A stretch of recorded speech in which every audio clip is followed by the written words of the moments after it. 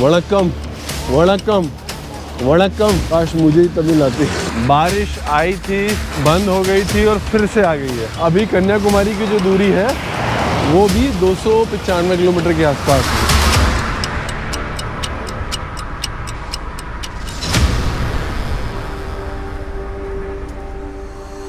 नमस्कार, मेरा नाम गौरव त्यागी है और ये भारत अन्न शुद्धि पदयात्रा का 152वां दिन है। मैं हूँ गांव अय्यर मडम में, जहाँ देर रात लगभग 10 बजे मैंने यात्रा को दिया था विराम। अब मैं यहाँ से आगे बढ़ रहा हूँ। कल के और आज के दिन की समानता यही है कि कल भी बारिश हो रही थी और आज भी बारिश हो रही है। पूरी रात ऐसे ही माहौल रहा है और अगले कुछ दिन ऐसा रहने वाला है। तो बाकी की चिंताएं छोड़ मुझे सिर्फ चलने पर ध्यान देना है।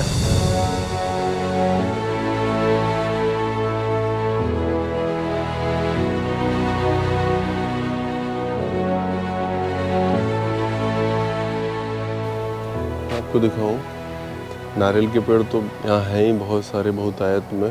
पूरा किसी का बगीचा लगा हुआ है, उधर घर है और मौसम बहुत अच्छा हो रखा है। इधर भी ऐसे ही है, गांव है ये, नारियल के पेड़ हैं, घर हैं लोगों के। लेकिन अभी क्या हो रहा है ना मेरे साथ में, अब थोड़ा मौन रहना चाह रहा हूँ, कम बातचीत करने का दिल कर रहा है। पता नहीं क्यों ऐसा हो रहा है। मुझे लगता है मैं कुछ समय के लिए चुप हो जाऊँ, क्योंकि ये पदयात्रा का भी असर हो सकता है शायद। मेरा एकदम शांत रहने का मन हो रहा है, कोई बात करने का दिल नहीं है, चुप रहने का मन है एकदम, अपने भीतर और गहरे जाने का मन है। ये सब चल रहा है। मुझे लगता है बस मैं पूरे दिन चलता रहूं और किसी से कोई बात ना करूं, ऐसे सा मुझे विचार आता रहता है। मैं खुद में रहना चाह रहा हूँ, खुद से बात करना ज़्यादा अच्छा लग रहा है। शांत रहना, चुप रहना, किसी से कोई बातचीत न करना, ऐसे ऐसे विचार मन में आ रहे हैं। सो हर भारतीय को यात्रा ज़रूर करनी चाहिए। और यात्रा सिर्फ जो है ना वो फेमस जगह की ना हो कि बस हम एक प्रसिद्ध जगह जा रहे हैं, वहाँ पर कुछ फ़ोटो खिंचाएं, वो नहीं होना चाहिए। मुझे लगता है यात्रा इससे बहुत अलग है। मैं भी सोच रहा था कि ये यात्रा अगले 6-7 दिन में पूरी हो जाएगी, 8 दिन में पूरी हो जाएगी, लेकिन इसके बाद मैं इस यात्रा को मिस करूँगा।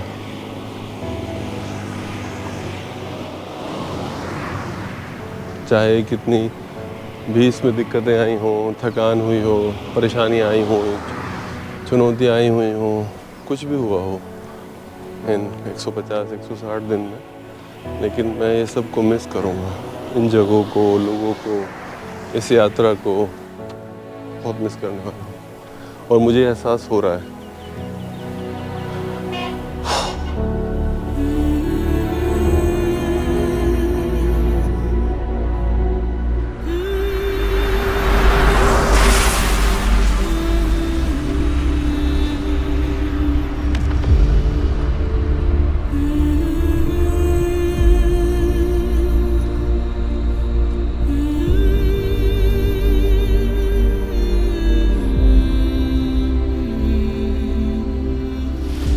यात्रा और जीवन दोनों एक ही जैसे होते हैं। मैंने पहले भी कहा है, अगर मैं आपको अपने इस पदयात्रा से जोड़ के उदाहरण दे के बताऊँ तो आप ऐसा समझ लीजिए, जब मैंने कश्मीर से चलना शुरू किया था तो गति बहुत तेज़ थी तब भी, क्योंकि शुरुआत थी ना। बीच में जब मैं मध्य प्रदेश में था तो ऐसी लाइफ में भी होता है, जब आप शुरुआती जीवन में होते हो तो गति बहुत तेज़ होती है आपकी।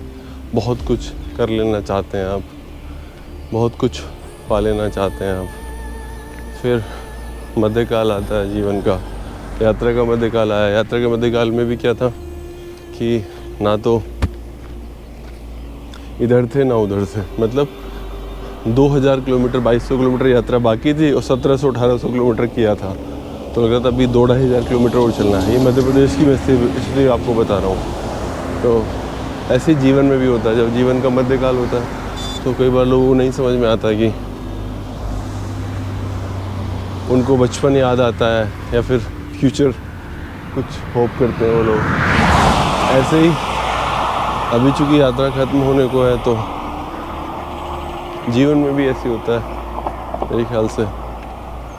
वही अंतिम वाले दौर में भी फटाफट चीज़ें छूट रही होती हैं, ऐसा लगता है बस जैसे जीवन निकल गया वो सारा, कैसे सब कुछ छूट गया वो पीछे। वो कर सकते थे, ऐसा कर सकते थे, वैसा कर सकते थे, लेकिन मैं पूर्ण महसूस कर रहा हूँ। मुझे कोई ये नहीं है कि मैं वहाँ पर ऐसा कर सकता था, ऐसा हो सकता था, काश और लोग मिले होते, काश ऐसा होता। मैं पूर्ण महसूस कर रहा हूँ और मुझे खुशी है कि मैं जो भी अपनी सामर्थ्य से कर पाया इस यात्रा में मैंने करने की कोशिश की। और हाँ, मिस करूँगा मैं इसको। वो मुझे लग रहा है कि जब यहाँ से जाने के बाद जब मैं घर पहुँचूँगा तो मैं इसको मिस करूँगा, याद करूँगा।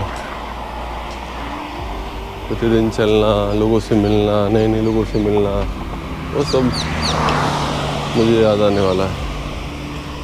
वणक्कम, वणक्कम, वणक्कम, वणक्कम। एंड पेयर गौरव, अंगुल पेयर एंड लक्ष्मी। उनका नाम है लक्ष्मी। अंगुल पेयर एंड आपका नाम क्या है? अंगुल पेयर एंड शांति, शांति, शांति।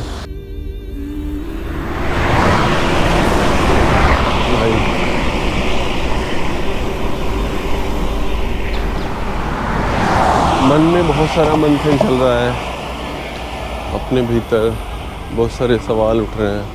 हम क्या कर सकते हैं चीज़ों को ठीक करने के लिए, चीज़ों को बदलने के लिए क्या कर सकते हैं? मेरे ख्याल से इसीलिए ये मौन आ रहा है बार बार ना।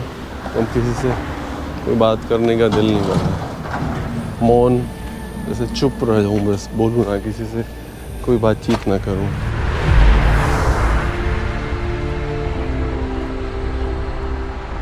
तो मैं लगभग 22 किलोमीटर से ज़्यादा चल चुका हूँ और ये है डिंडीगुल। ये शहर है, ये जनपद भी है तमिलनाडु का, और मैं इससे बाहर गुजर रहा हूँ। और अच्छी बात ये है कि अब जो मदुरई की दूरी है, मदुरई कह रहा हूँ, मदुरई की दूरी तो लगभग 60 किलोमीटर से कम, 50 ही रह गई है। लेकिन अभी कन्याकुमारी की जो दूरी है वो भी 295 किलोमीटर के आसपास है। यानी अब जो कन्याकुमारी की दूरी है वो 2 की सीरीज़ में आ गई है। आसमान में पूरे दिन बादल बने रहे हैं आज, बरसाती। ओढ़ता रहा हूँ, उतारता रहा हूँ, ओढ़ता रहा हूँ, उतारता रहा हूँ, पूरे दिन भर यही चलता रहा। कभी स्लीपर पहने हैं, कभी जूते पहने हैं, पूरे दिन भर आज यही सब चल रहा है। 2 दिन से स्लीपर में चल के, मतलब चप्पलों में चल कर पैरों में दर्द बहुत ज़्यादा है, बहुत ज़्यादा है। तो जूतों में ना कुशनिंग मिल जाती है, आराम मिलता है, स्लीपर में, चप्पल में वो नहीं मिलता।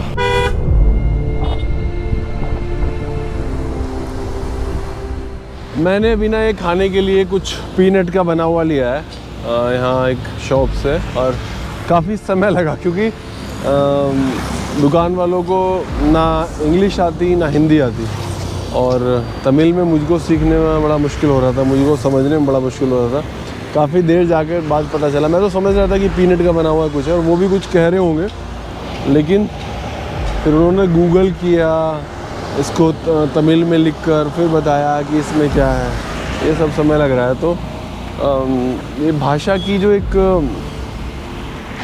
थोड़ा रुकावट बनी हुई है वो तो है ही, लेकिन हम फिर भी कोशिश करेंगे, मिलें लोगों से, बात करें। लेकिन हम यहाँ लोगों से बस इसीलिए नहीं मिल पा रहे हैं क्योंकि भाषा की एक दिक्कत है। काश मुझे ही तमिल आती। तो अभी 9:15 बजे हैं। बारिश आई थी, बंद हो गई थी और फिर से आ गई है। अगर आप देख पा रहे हो तो बारिश फिर से आनी शुरू हो गई है। मैं 36 किलोमीटर चल चुका हूँ। 4 किलोमीटर रोड चलने का भी इरादा है। डिंडीगुल शहर पीछे छूट चुका है। अभी हम 4 किलोमीटर रोड चल पाए तो अच्छा रहेगा। उसके बाद भोजन और फिर विश्राम।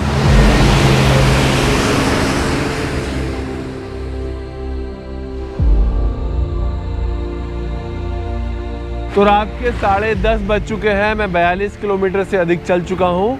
मैं हूँ पलानी रोड के रास्ते पर। यहाँ मैं दे रहा हूँ यात्रा को विराम। कल यहीं से आगे बढ़ूँगा कन्याकुमारी की ओर। आप लोग अपना ख्याल रखिए, किसानों को सपोर्ट करिए, घर के बच्चों को बताइए शुद्ध भोजन के बारे में, हमें सपोर्ट करिए। धन्यवाद, शुभ रात्रि, टेक केयर, अपना ख्याल रखिए, बाय बाय।